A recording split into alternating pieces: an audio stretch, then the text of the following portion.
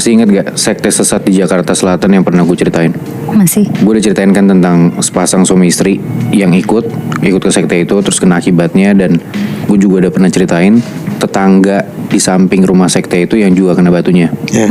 Nah tapi kali ini gue mau ceritain tentang salah satu anggota sekte itu, yang mana dia salah satu anggota paling awal dari sekte ini.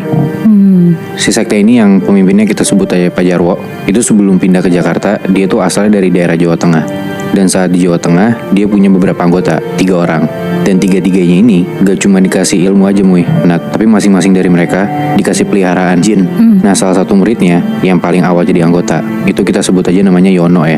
Yang masih di Jawa Tengah ini? Dia masih di Jawa Tengah, di saat itu. Nah, Yono ini mas-mas, umurnya 30 tahunan, yang kerjaannya tuh satpam Muy. Nah, istrinya gak kerja.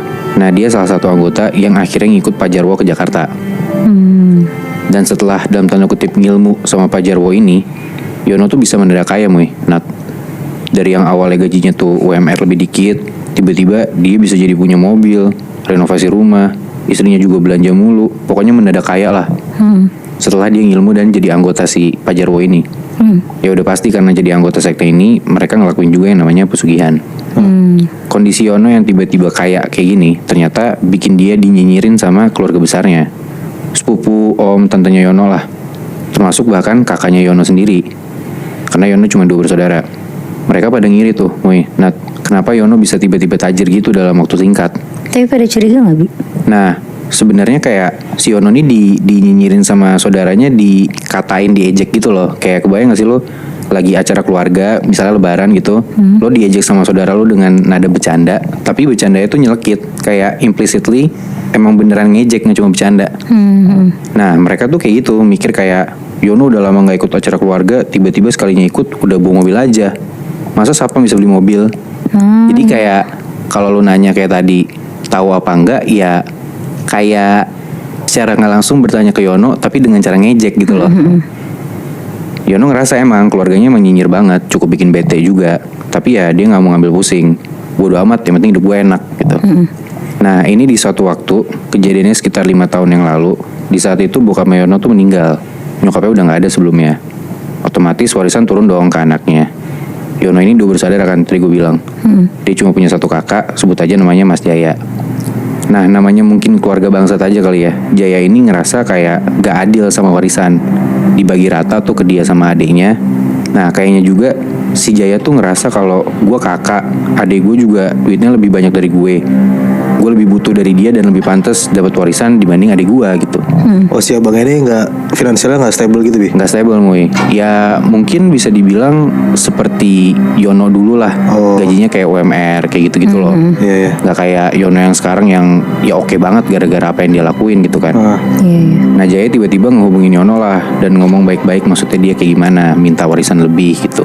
Tapi Yono langsung nolak. Dia nggak mau tuh ngikutin permintaan kakaknya. Dimatiin tuh telepon. Kenapa dia gak mau, Bi?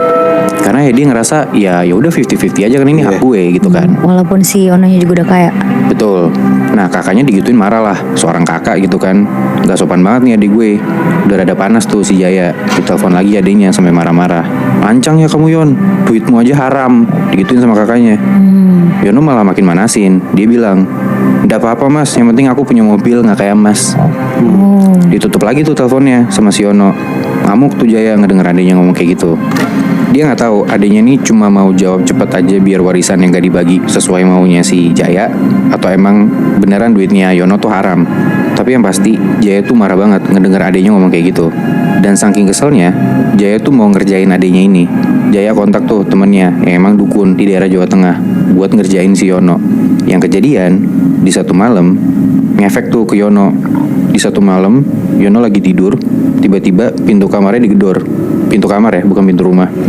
Begitu Yono buka pintu, dia lihat makhluk hitam, tingginya 2 meter, matanya merah, berdiri di depan kamarnya.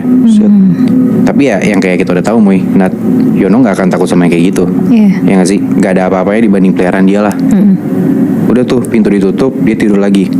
Begitu bangun paginya, perasaan Yono tuh kesel banget. Dia tahu yang ngirimin pasti ada hubungannya sama kakaknya. Karena Yono tuh dengan masuk ke anggota sekte ini mainnya bersih banget Moy. Nat, gak ada yang pernah dijadiin musuh dan dia tuh nggak cari masalah sama siapa-siapa lah.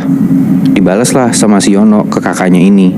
Besokannya dikirim tuh peliharaannya Yono dan langsung kejadian. Di besok malamnya itu, tengah malam, kakaknya Yono ini si Jaya lagi tidur. Dengan posisi terlentang, Jaya ini ngerasa kayak ada sesuatu yang nyentuh pipinya dia gitu loh. Kayak ada angin tipis-tipis nyentuh ke pipinya. Jaya melek gara-gara hal itu.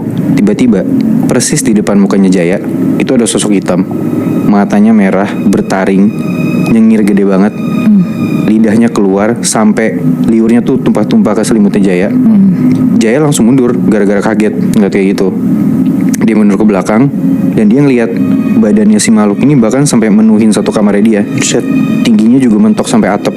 Bahkan makhluk ini tuh nunduk, makanya kepalanya tuh bisa persis di depan Jaya, saking gedenya si makhluk ini. Jaya teriak-teriak kayak orang gila sampai akhirnya istrinya tuh kebangun. Tapi istrinya nggak lihat apa-apa. Dan setelah itu Jaya pingsan sendiri. Gak sampai situ Moy. Nah, ternyata Jaya makin marah dan balas dendam ke adiknya sendiri.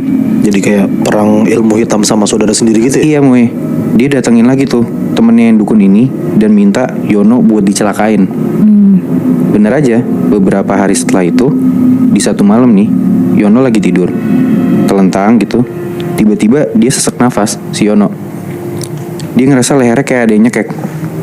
Ya namanya orang pinter kali ya. Gak lama dari situ, dia bisa tuh ngelawan si makhluk kiriman ini. Dan udah pasti, setelah si Yono kejadian kayak gitu, dilawan lagi nih kakaknya Moy. Nah, tapi kali ini, Yono tuh gak nyelakain kakaknya. Di besok malamnya, di tengah malam, kejadian tuh apa yang dilakuin sama Yono ke Jaya. Jaya kebangun lagi, tapi kali ini bukan gara-gara ada sesuatu di mukanya Jaya. Jaya kebangun gara-gara dia dengar istrinya tuh gerasa-gerusuk, kayak ngeronta-ronta gitu loh. Pasti Jaya bangun dan dia nengok ke arah istrinya. Ternyata istrinya ini udah dipegangin tangan, kaki, sama mulut istrinya. Itu dipegang dan mulutnya ditutup sama makhluk-makhluk yang badannya kecil, telanjang, perutnya buncit tapi mukanya tua. Tuyul, Bi. Kayak tuyul tapi mukanya tua, Nat. Dan kayak, sorry ya, istrinya tuh kayak diperkosa rame-rame gitu loh sama makhluk-makhluk ini. Serem banget. Parah banget kan? Itu chaos banget Moy. Nat. Dan dari situ Jaya tuh panik banget, malah takut, bukan mau ngebalas adiknya lagi karena dia ngerasa anjir udah parah banget gitu loh. Dan dia bener-bener gak mau macam-macam lagi sama adiknya. Tapi yang kasihannya Moy, Nat, yang dia pikir semuanya tuh berhenti sampai situ aja, gara-gara yaudah gue kalah nih, kayak gue takut sama adik gue. Ternyata gak sampai situ Moy. Nat, kasihannya walaupun udah dibawa ke orang pintar, kadang istrinya Jaya tuh suka gerasa-gerusuk sendiri malam-malam. Tapi kalau Jaya kebangun, dia tuh nggak ngelihat ada apa-apa atau kayak ngelihat istrinya dia apain sama makhluk halus. Bener-bener istrinya aja gitu yang kayak gerasa-gerusuk kayak digangguin. Dan Jaya cuma bisa nenangin sama megangin istrinya aja kalau malam-malam istrinya kayak gitu. Beresnya masalah mereka berdua tuh gimana Bi? Ada nggak? Sebenarnya sih ya si Jaya ini kayak nggak bisa ngapa-ngapain loh Moy. Maksudnya dia udah nyoba ngelawan, tapi karena dia takut istrinya makin kenapa-napa, takut makin parah lagi, jadi ya dia ngambil langkah aman buat yaudah deh, gue ngalah sama adik gue. Tapi ya on the other hand, istrinya juga masih suka kayak gitu loh. Iya. Gila, padahal karena masuk sekte itu doang ya, jadi dia berani ngelawan abangnya sendiri ya. Kayaknya sih emang dia pede banget dan gak takut ya, maksudnya ya gue juga ditinggalin sama keluarga gue nggak bisa nerima gue yang kayak gini gitu loh. Emang agak-agak dua-duanya sih menurut gue yang parah ya.